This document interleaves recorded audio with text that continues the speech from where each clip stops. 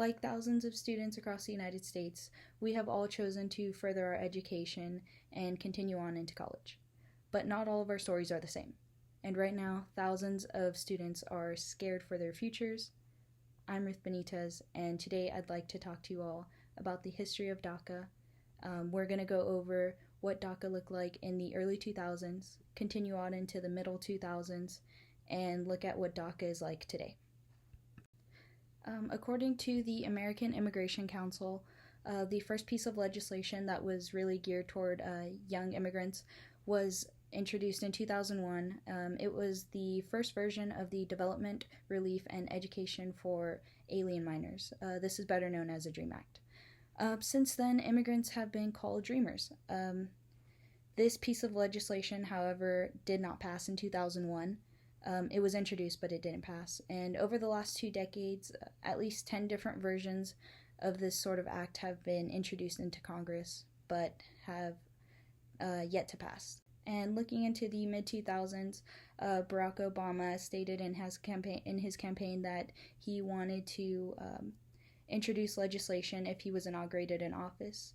And in 2012, in June, he announced that certain people who came to the U.S. As children and met several guidelines may request consideration of deferred action for a period of 2 years. This protected dreamers from deportation and was introduced as Daca. And the LA Times went into what the Daca requirements would be. They stated you had to have come to the U.S. under the age of 16, not be above the age of 30, have continuously resided in the U.S. for at least 5 years, be in school or have graduated, or have served in the military, not have been convicted of a felony offense or a misdemeanor. That same year, more than 700,000 young people came forward and passed a background check to qualify for Daca. And in 2016, the USCIS had received over 844,000 applications for Daca status, and 88% of those applications were approved. But going into 2017, in September, President Donald Trump had announced a plan to phase out Daca. He announced this after stating he was concerned for millions of Americans victimized by the unfair system. President Donald Trump was worried that the Daca plan was interfering with American citizens. In January of 2018, during the government shutdown, Daca was a major contention. President Donald Trump basically wanted Congress to come up with a solution to Daca or completely introduce new legislation similar to Daca to take it over. And today we're actually waiting for the Supreme Court's decision as to whether or not Donald Trump's administration has the legal authority to end Daca, or if they needed to go about it a different way, and if Daca stands or if it gets taken away. Now with this history of what past immigration looked like before Daca, what it was like in 2010, and what it looks like today, Jazmin will be taking over talking about some benefits of Daca. What is Daca? How is Daca beneficial, and what is it used for? Hi, my name is Jazmin Aparicio, and today I'll be talking to you about Daca and how beneficial it is and the pro side of Daca. The Daca program was created by an executive order in 2012 by President Obama. It gave the children of undocumented immigrants, people who moved to the U.S. without immigration paperwork, protection against deportation, allowing them to work and attend school. According to 21 Pro and Con of the DREAM Act states, it keeps the promises made by the government. It stands for Development, Relief, and Education for Alien Minors. 97% of dreamers in either the U.S. workforce are in school. These people enrolled into the Daca in the first place because it was an opportunity for them to potentially legalize their status. According to AmericanImmigrationCouncil.org, states Daca contributes to the economic and social incorporation of young adult immigrants. Since receiving Daca, young adult immigrants have become more integrated in the nation's economic institution. 61% of DACA recipients surveyed have obtained a job since receiving DACA. Over half have opened their first bank account, and 38% have obtained their first credit card. 61 have obtained a driver's license, which widened educational, employment, other options for these young immigrants. According to pros and cons of the DREAM Act, states it could stop the decline of immigration in the workforce. In the U.S. educational system, more than half of engineering doctorates are awarded to immigrants, and 41 of physical science PhDs are awarded to immigrants.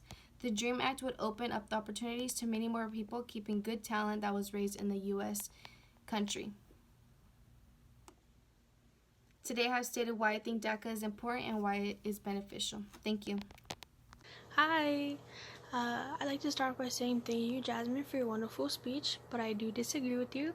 I do believe that whenever President Obama had formed the Daca program, which stands for Deferred Action for Childhood Arrivals, I do believe that he created it with the best interest of the children who were brought here by their parents from their homeland country seeking a better life.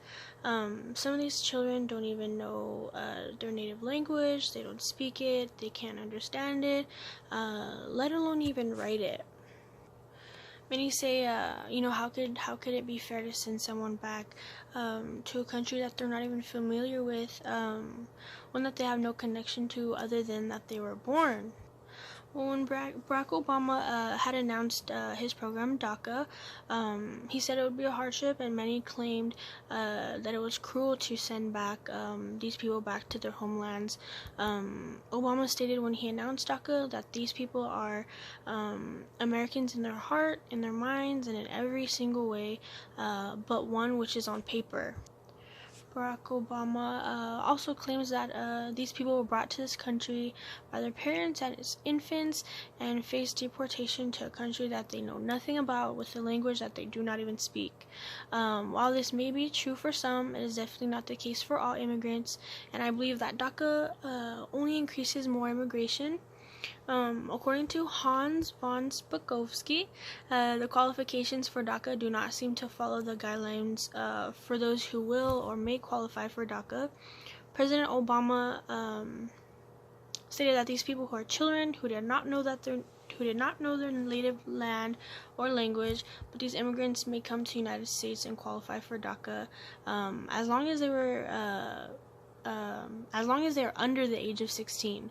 And at 16, you definitely know how to communicate, and you know how to communicate your language, and you're definitely speaking the language that you're brought up in. If a recipient of DACA comes to the United States at the age of 16, that means they grow up in their native land and can communicate in their own language, and sending these people back from breaking the law by coming over here to the United States is not cruel, it's illegal. The qualifications that the Department of Homeland Security requires to qualify a person to be eligible for the DACA program is not secure either. After the arrest of Daniel Ramirez Medina, which is he's a recipient of DACA, DHS, which is the Department of Homeland Security, had admitted that at least 1,500 beneficiaries from DACA have had their eligibility terminated, and that they may no longer continue with the program. This incident was in February of 2017, and only 6 months later, that number had jumped to 2,139. According to Jessica M. Vaughn of the Center for Immigration Studies, only a few of the DACA program recipients were interviewed, which means at the very least DHS didn't even meet with these DACA recipients. This is just allowing immigrants to come into our homeland of the United States, and it's only allowing them to increase our crime rate, and it is not constitutional for us citizens. It only makes us feel unsafe in a country where we shouldn't. Thank you for listening.